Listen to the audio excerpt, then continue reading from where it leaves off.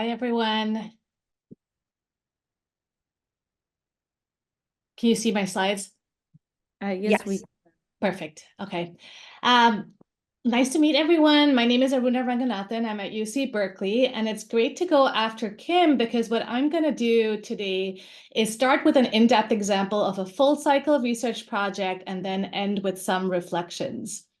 So this project is my most recently published mixed methods paper. It's published in the American Sociological Review. It's co-authored with my student Ayan Das, and it's called Marching to Her Own Beat. And in this project, we wanted to investigate the growing trend to switch from synchronous teamwork, where teammates all work at the same time together, to asynchronous teamwork, which we're seeing increasingly, where teammates work at their own time and individually and independently from one another. So we were interested in this switch, especially to investigate whether this switch will be good or bad for gender inequality. Will the switch and greater adoption of asynchronous teamwork help or hurt women in the workplace? So specifically, our research question was, how will a shift from synchronous to asynchronous teamwork affect the performance of men and women differently on project teams? As Kim already introduced, so we adopted a full cycle research approach, which entails combining qualitative and quantitative methods in a cyclical manner. So we started the project with ethnographic fieldwork and interviews to generate our hypotheses. We then tested our hypotheses with a field experiment and then came back to interviews to unpack what might be mechanisms underlying our core phenomenon, and then quantitatively tested our mechanisms with a survey.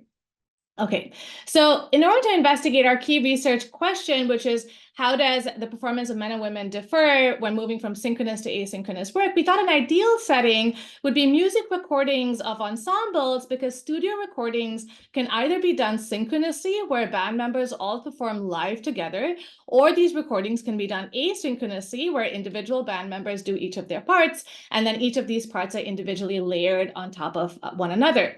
And so we focused on a particular genre of folk music from India, Baul folk music. And in particular, this setting gave us three key advantages. The first is that this is a setting where both synchronous and asynchronous recordings are still used. The second is that ensembles consisted of 5 to 6 team members, and each of them performed discrete roles. And so the shift from synchronous to asynchronous teamwork would shift the structure of the team, but not affect the content of the work being performed by individual team members. And we had gender variation in these teams, where the lead singer was a man or a woman, but the instrumentalists were all men. So and so when we started this project, we started by collecting qualitative data, and we wanted to investigate, how are the men and women in the setting talking about synchronous recordings quickly. And so in this presentation, I'm going to zoom through our data, but quickly we learned that women felt that they were marginalized when they recorded synchronously. One woman we interviewed said, "There's always a hidden rivalry between the artists. The more popular ones, who are often men, will always try to assert their dominance over the less popular ones while performing together. I did not receive as much respect from my fellow musicians as I deserved. My performance suffered." So this is a phenomenon when people are working together. Women felt marginalized because maybe the men on their teams were telling them how to do things, were interrupting them, and they didn't feel like their voice was heard. Now, this quickly shifted when women described talking about asynchronous recordings. One woman we interviewed said, "In this format, no male musicians trying to assert their dominance over me while I'm singing. I felt more comfortable singing in this format. I had complete creative freedom. I did not face any major problems here." And there's a lot more qualitative data that we show in the paper, but based on this, we derived a hypothesis, which is that women will perform better when teamwork is asynchronous rather than synchronous. Men will not experience the same boost in performance.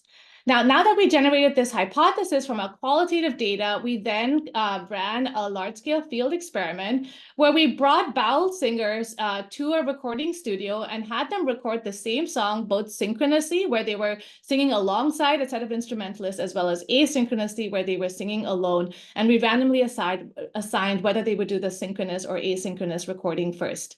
What do we find? We found the performance of men stayed relatively the same, irrespective of whether the recording was synchronous or asynchronous, but the performance of women improved dramatically when they were recording asynchronously. So this was causal quantitative support for our hypothesis.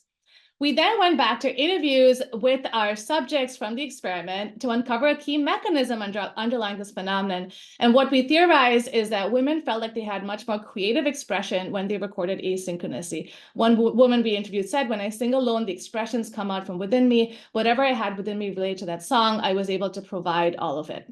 And so with this mechanism then in mind, we collected a quantitative measure for creative expression through a survey and showed through mediation analysis that this indeed was a key mechanism underlying our results.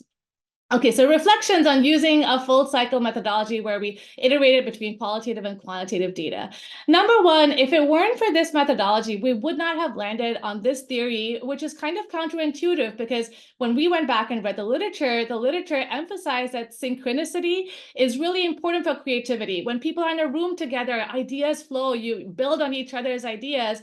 And here we were saying maybe, but that especially advantages higher status members of groups. In fact, for the lower status members of groups, maybe being asynchronous is more helpful. But this was a counterintuitive theory that I think we would not have discovered without the full cycle mixed methods approach. But then when we combined the qualitative data with a field experiment, we were also able to show causal support for this theory and show that this evidence and the anecdotes from the qualitative data were not an aberration, but that this was indeed a widespread phenomenon. And what this allowed us to do was generalize from observations that were, from a rather niche field site that would have been really hard to generate theory from without the mix of the qualitative and quantitative data. Now, let me also mention that there are real practical considerations when doing a mixed methods project. It took us 2 years just to collect data for this project. It was expensive. Our budget was $30,000 for this project. It's super critical, in my opinion, to have the right research team to execute one of these projects, whether it's co-authors or staff in the field. And fortunately for us, at least with this one paper, once we had done all the hard work, the paper was really well received by our editor and reviewers. And so we had a relatively smooth publication process. I'll stop there. Thank you so much. And looking forward to the discussion afterwards. Thank you so much, Aruna, for this sharing this extremely fascinating and so important work with us. It's a great example building on Kim's